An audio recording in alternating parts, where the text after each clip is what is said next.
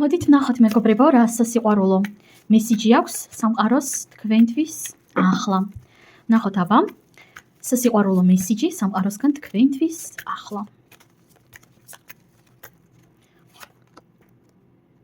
დამოკიდებულება.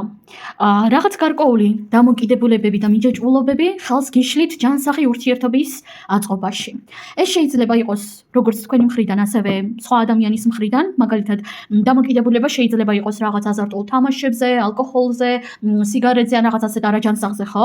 მაგრამ აქ უფრო მეტად ვხედავ იმას, რომ ამ ურთიერთობაში მთავარი ხელის შემშლელი ფაქტორი არის ის, რომ თქვენ გაქვთ არაჯანსაღი დამოკიდებულება და არაჯანსაღი მიჯაჭვულობა კონკრეტულად ამ ადამიანზე. და იცით, მნიშვნელოვანი არის ეს დაამუშავოთ საკუთარ თავში აუცილებლად. დავამატოთ კიდევ არკანებით და ვნახოთ რა მესიჯი აქვს, რა სასიყვარულო მესიჯი აქვს სამყაროს თქვენთვის ახლა. ქორწილი. თუ თქვენ გსურთ, რომ ურთიერთობა გაუმჯობესდეს და ურთიერთობას აქვს აშკარად ამის პოტენციალი, მნიშვნელოვანი არის, რომ დაამუშავოთ საკუთარი თავი. გახსოვდეთ, რომ არაჯანსაღი ობსესია და სიყვარული ერთმანეთისგან განსხვავდება. არ არის აუცილებელი ერთმანეთი 24/7-ზე აკონტროლოთ, ერთმანეთთან 24/7-ზე იყოთ.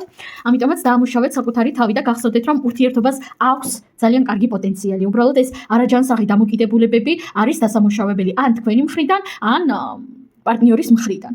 ყველასთან ინდივიდუალურად რეზონირდება.